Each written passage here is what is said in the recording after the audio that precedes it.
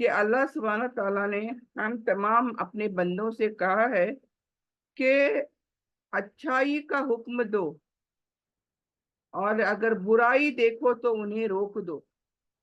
یعنی ہمارا یہ فریضہ ہے، ہم مسلمانوں کا یہ فریضہ ہے کہ کوئی بھی اچھائی نیکیاں ہو تو ہمیں اس کا حکم دینا چاہیے، اور برائی دیکھو تو ہمیں لوگوں کو روکنا چاہیے، برے کاموں سے روکنا چاہیے. تو یہ کیا ہے؟ یہ جو فریضہ ہے یہ ہر مسلمان پر فرض ہے. یہ نہیں کہہ سکتے ہم کہ میں کیوں کروں تو کیوں کرے، یہ نہیں ہے. ہر مسلمان پر فرض ہے یہ. اگر وہ دیکھے اپنے سامنے اچھائی تو اچھائی کا اس کو حکم دینا چاہیے، اور کوئی برائی دیکھے تو اس کو روکنا چاہیے. جس کی بہت ہی پاپولر حدیث ہم سب کو پتا ہے کہ کوئی بھی برائی دیکھو تو اپنے ہاتھوں سے روک دے اس کو، یا تو منہ سے روک دے، زبان سے روک دے. اگر یہ بھی نہ ہو سکا تو پھر دل میں اس کو برا مان لے. یہ کم ترین یعنی لاسٹ آخری درجے کا ایمان ہے. تو یہ حدیث کے مطابق ہمارا فریضہ ہم سب کو یاد رہنا چاہیے کہ کیا اچھائی ہم سب کو، یہ جو جتنی بھی دنیا کے اندر اچھائیاں ہیں اس کے بارے میں خود کے ساتھ ساتھ دوسروں کو بتانی ہے. اور جو بھی برا دیکھے، برائی دیکھے آنکھوں سے، تو اس کو روکنے کی ہمیں بھرپور کوشش کرنی چاہیے. ایسے نہیں کہ وہ برا کرے تو وہ جہنم میں جائے گی، میرا کیا، مجھے کیا. ایسے عموماً ہوتا ہے. ہم کسی کے بیچ میں پڑنا نہیں چاہتے، کسی کو کچھ بولنا نہیں چاہتے. کیوں؟ کیونکہ ہم سوچتے ہیں کہ ایسا کرنے سے اپنا نقصان ہوگا. لیکن اللہ سبحانہ تعالیٰ نے ہمیں حکم دیا ہے برا دیکھو تو اس برائی کو اپنے ہاتھوں سے روکنے کی یا تو زبان سے روکنے کی بھرپور کوشش کی جائے. پھر اگر حق بات ہمارے سننے میں آ جائے، ہم غلط تھے لیکن حق بات اگر ہمارے سننے میں آ جائے تو ہمیں عاجزی انکساری اختیار کرنی چاہیے. یعنی ہمیں اپنا سر جھکا لینا چاہیے ان حق باتوں کے سامنے. اگر کبھی ہمیں نہیں پتا تو وہ باتیں ہمارے سامنے جب آ جاتی ہیں تو ہمیں جی حضوری کرنی چاہیے. عاجزی، you have to respect that. سچائی کی رسپیکٹ کرنی چاہیے اور ان پر ہمیں فوراً عمل کرنا چاہیے. دیکھیں ایک مثال آتی ہے قرآن کے اندر کہ جب قرآن پڑھا جاتا ہے تو جو ایمان والے ہوتے ہیں وہ رو دیتے ہیں. کیوں؟ ان کو اللہ سبحانہ تعالیٰ کی باتیں اتنی سمجھ آتی ہیں کہ یہ سچائی ہے، تو ان باتوں پر رو دیتے ہیں.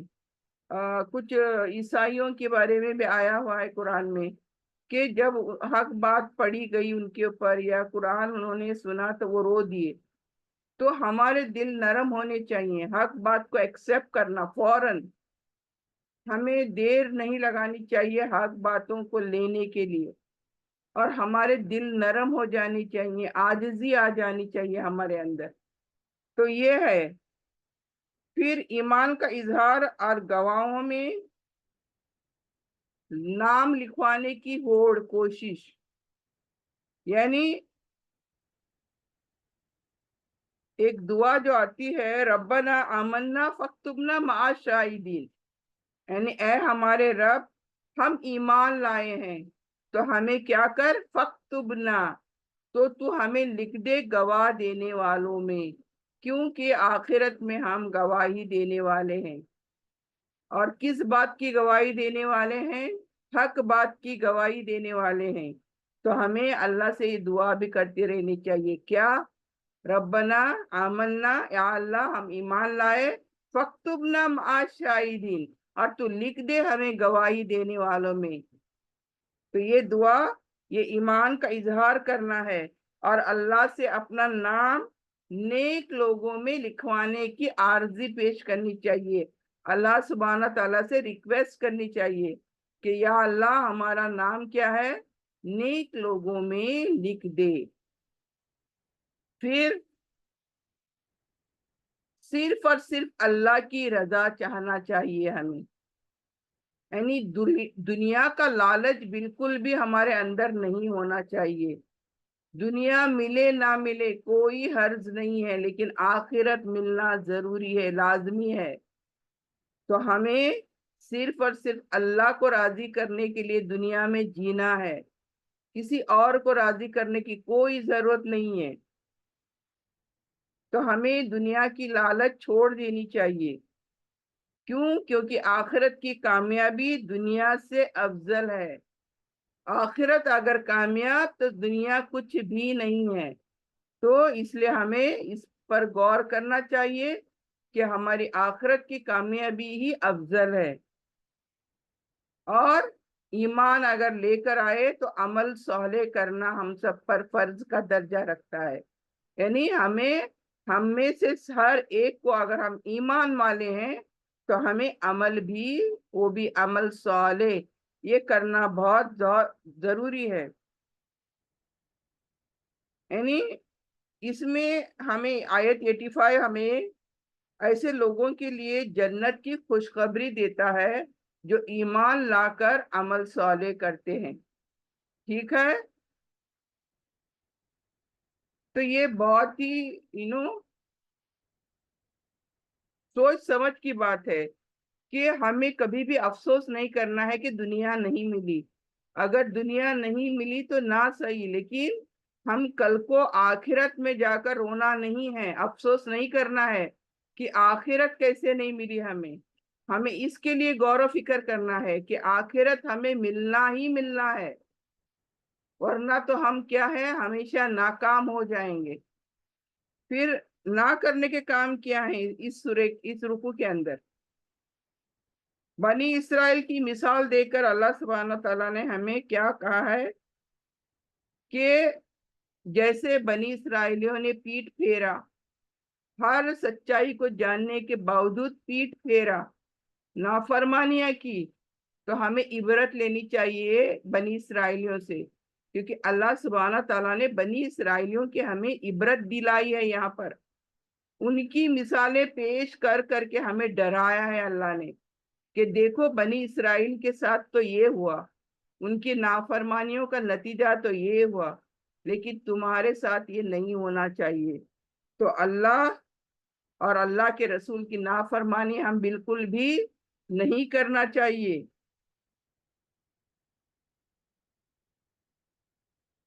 اور دوسری بات جو یہاں پر پتہ چلتی ہے کہ برابر سے گناہ پر گناہ کرتے رہنا اور ان کو سدھارنا نہیں، غور و فکر نہیں کرنا۔ یعنی ایک ہوتا ہے انسان گناہ ہو جاتا ہے، پھر اس کی سمجھ میں آ جاتا ہے کہ مجھ سے گناہ ہوا، تو پھر وہ پشیمان ہوتا ہے، توبہ استغفار کرتا ہے، مجھ سے گناہ ہوا تو اللہ کی طرف وہ رجوع کرتا ہے۔ لیکن اگر گناہ پر گناہ، گناہ پر گناہ، ضد، ہٹ ڈرمی کی وجہ سے یہ کرتے رہتا ہے تو پھر اللہ کے عذاب کا سبب بنتا ہے۔ یعنی اگر کوئی بھی گناہ پر گناہ کرتے جاتا ہے اور اپنی اصلاح نہیں کرتا، اپنی کریکشن نہیں کرتا، تو پھر اللہ کا عذاب اس کو گھیر لیتا ہے۔ تو انسان گنہگار یا گناہ، اس میں کوئی حرج نہیں ہے، انسان سے گناہ ہو جاتے ہیں، اللہ بھی کہتا ہے، لیکن گناہ کرنے سے، گناہ کر کے اس کے پر ضد کرنا، ہر ڈھرمی کہ اب تو مجھ سے گناہ ہو چکے ہیں، اب کیا کرنا، ہاں اب اللہ ہمیں کیسے معاف کریں گا، یہ تمام چیزیں صحیح نہیں ہیں۔ جب بھی گناہ ہوتا ہے تو ہمیں فوراً چوکنے ہو جانا چاہیے اور اللہ سے توبہ اور استغفار کر لینا چاہیے، ورنہ اللہ کا عذاب آتے دیر نہیں لگے گی۔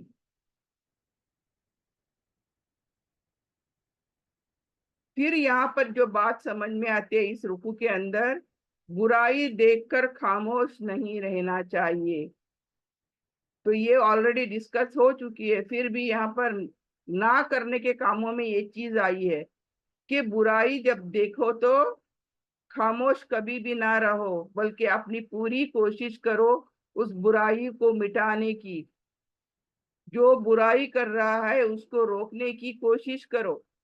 اللہ کوشش دیکھے گا، کتنا کامیاب ہوا وہ نہیں دیکھے گا.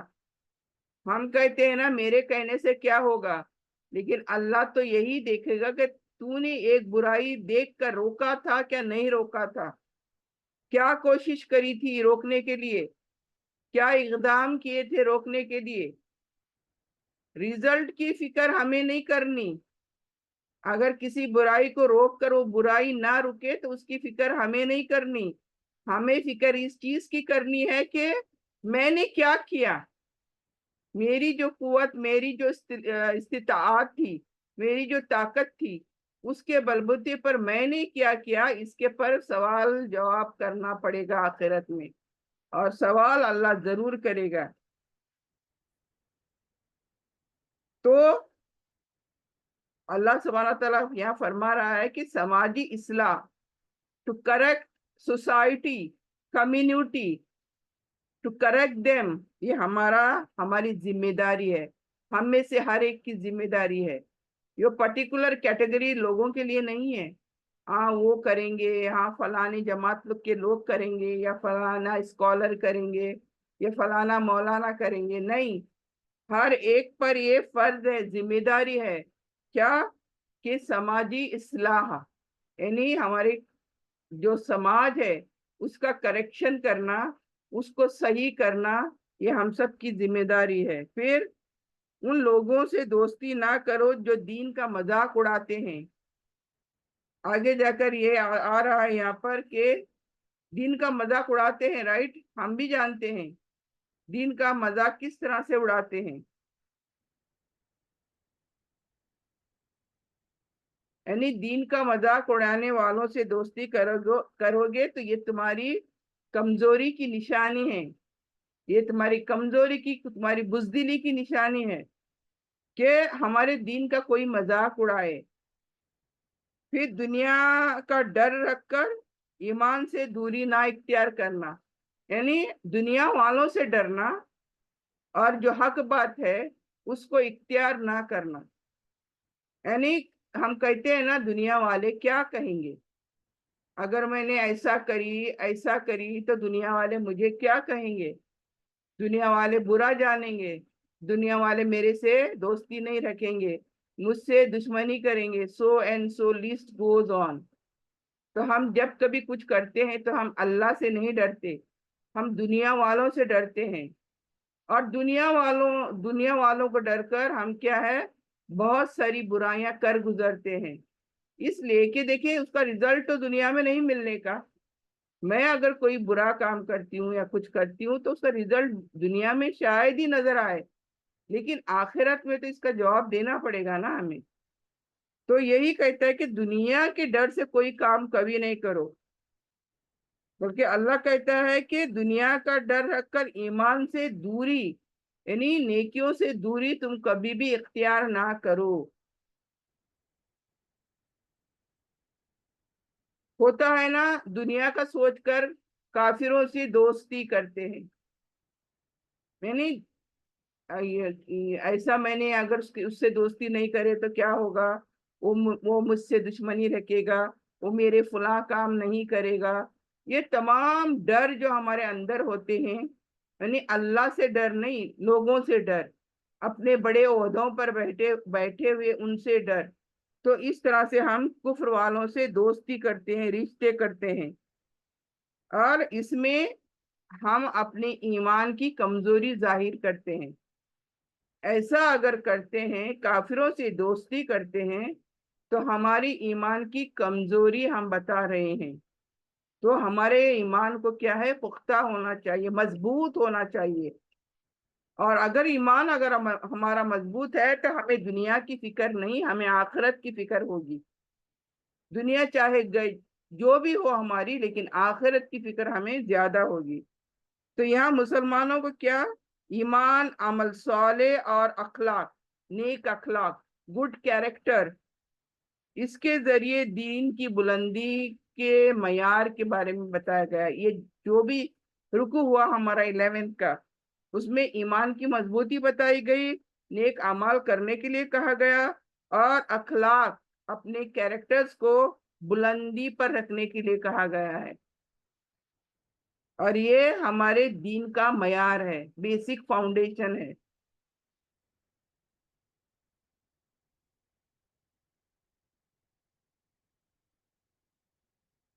اب آگے آتے ہیں 12th رکوع کے اندر، جو 87 سے 93 تک ہے۔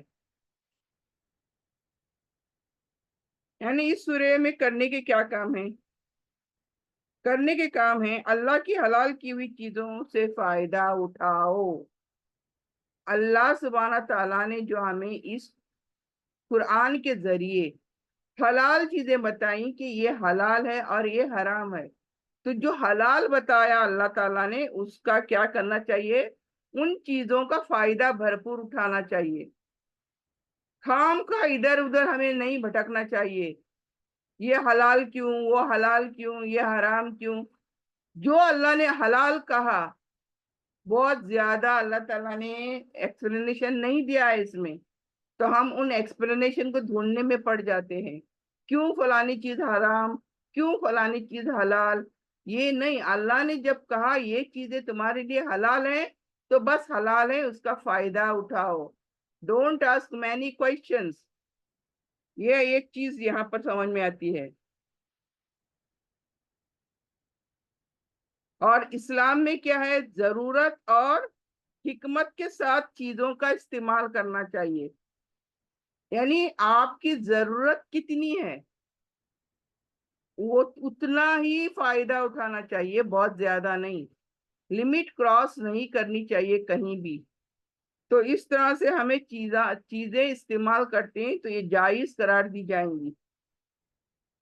اینڈ اللہ کے حدودوں کا خیال رکھنا، حدود یعنی لمٹس، اللہ سبحانہ تعالیٰ نے جو لمٹس رکھے ہیں ان کا خیال رکھنا چاہیے ہمیں۔ جیسے کہ اللہ جتنے بھی اہتمام کرنے کو کہا ہے ان کو کیا ہے؟ وہ فرض ہے ہم پر۔ جتنے لمٹس اللہ نے باؤنڈریز یہاں پر بنائے ہوئے ہیں قرآن کے اندر، یہ فرض ہے کہ اس کا پالن کریں، ان کی اطاعت کریں ہم، اور ہر مسلمان کو چاہیے کہ شرعی حدود میں رہے۔ جو شرعی اللہ سبحانہ تعالیٰ نے لمٹس بتائے ہیں ان کے اندر اندر رہیں، ان کے باہر نہ جائیں۔ تو جتنے بھی حدود آپ غور کریں گے قرآن کے اندر، اللہ تعالیٰ کہتا ہے یہ چیز کرو لیکن اس کے باہر مت جاؤ، وہیں پر کہہ دیتا ہے اللہ تعالیٰ اتنی سی یہ چیز کرو، اس کے باہر مت جاؤ۔ یعنی اللہ لمٹ پاس کرتا ہے، وہاں پر حد لگاتا ہے، ایک لمٹ لگاتا ہے، اس لمٹ سے باہر ہمیں نہیں جانا چاہیے۔ پھر حلال رزق اور پاک چیزوں کا شکر کے ساتھ ہمیں استعمال کرنا چاہیے۔ جو بھی اللہ سبحانہ تعالیٰ نے حلال رزق دیا ہے ہمارے لیے، یعنی پاکیزہ چیزیں دی ہیں، ان کا ہمیں سب سے پہلے تو اللہ کا شکر بجا لانا ہے۔ اگر اللہ اتنا بھی نہیں دیتا تو ہم کیا کرتے؟ تو اللہ نے جو دیا ہے حلال، اس کا شکرانہ ادا کرنا ہے اللہ سبحانہ تعالیٰ کا، اور ان چیزوں کا استعمال کرنا چاہیے۔ جیسے رزق حلال ہو، یعنی کوئی بھی حلال چیز، رزق حلال، اور تم اس کے شکر گزاری کے ساتھ اس کو یوز کرو گے تو یہ نعمت ہے تمہارے لیے، ورنہ زحمت ہو جائے گی۔ یعنی اللہ کی نعمت کب ہوتی ہے؟ جب اس کی حلال کردہ چیزیں شکرانہ ادا کرتے ہوئے تم استعمال کرتے ہو تو یہ آپ کے لیے نعمت ہوگی۔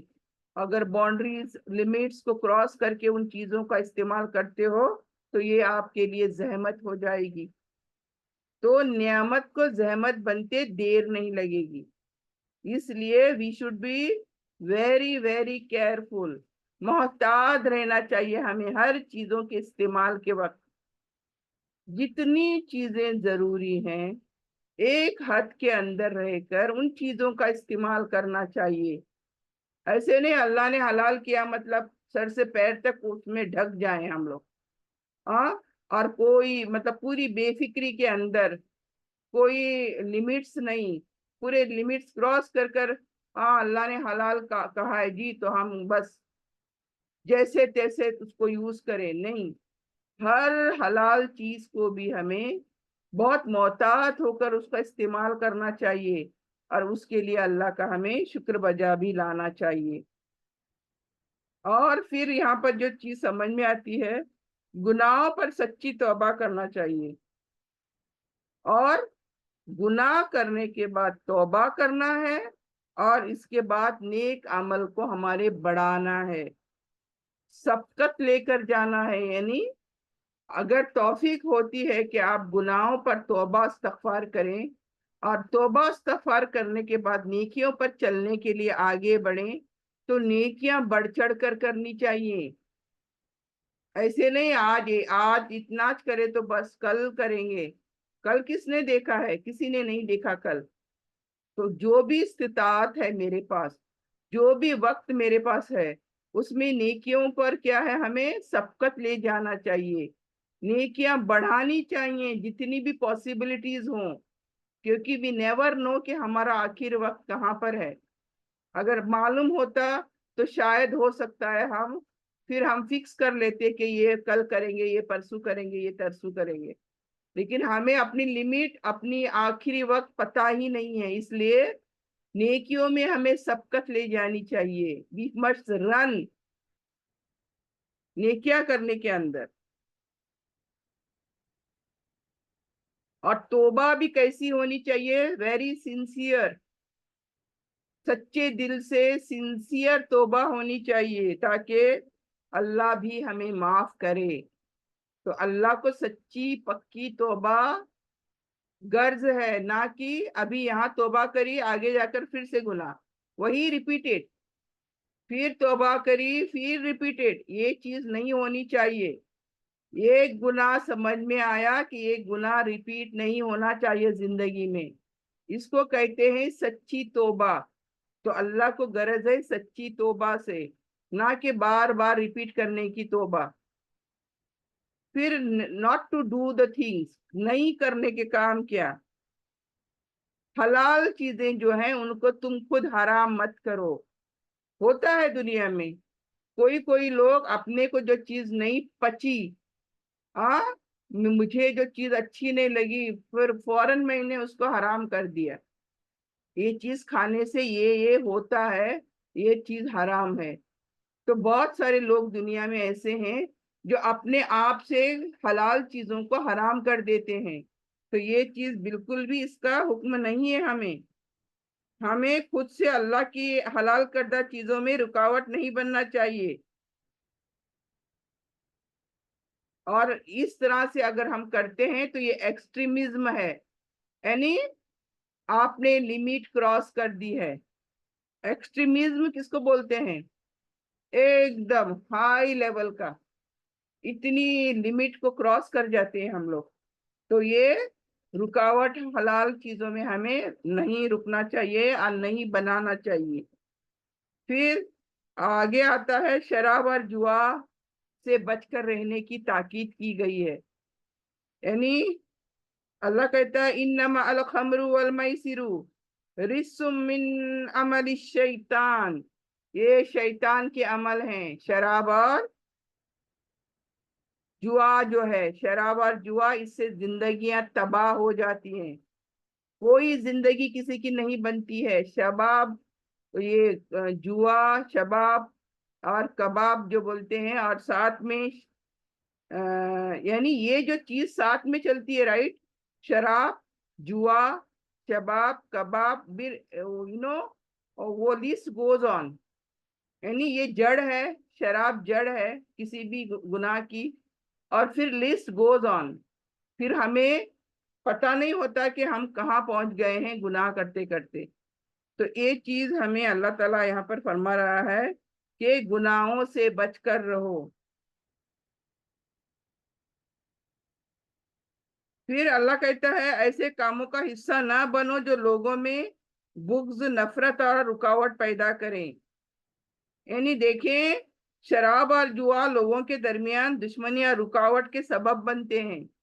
ایک بار آپ نے شراب پی لی، اس کے بعد دوسرا گناہ،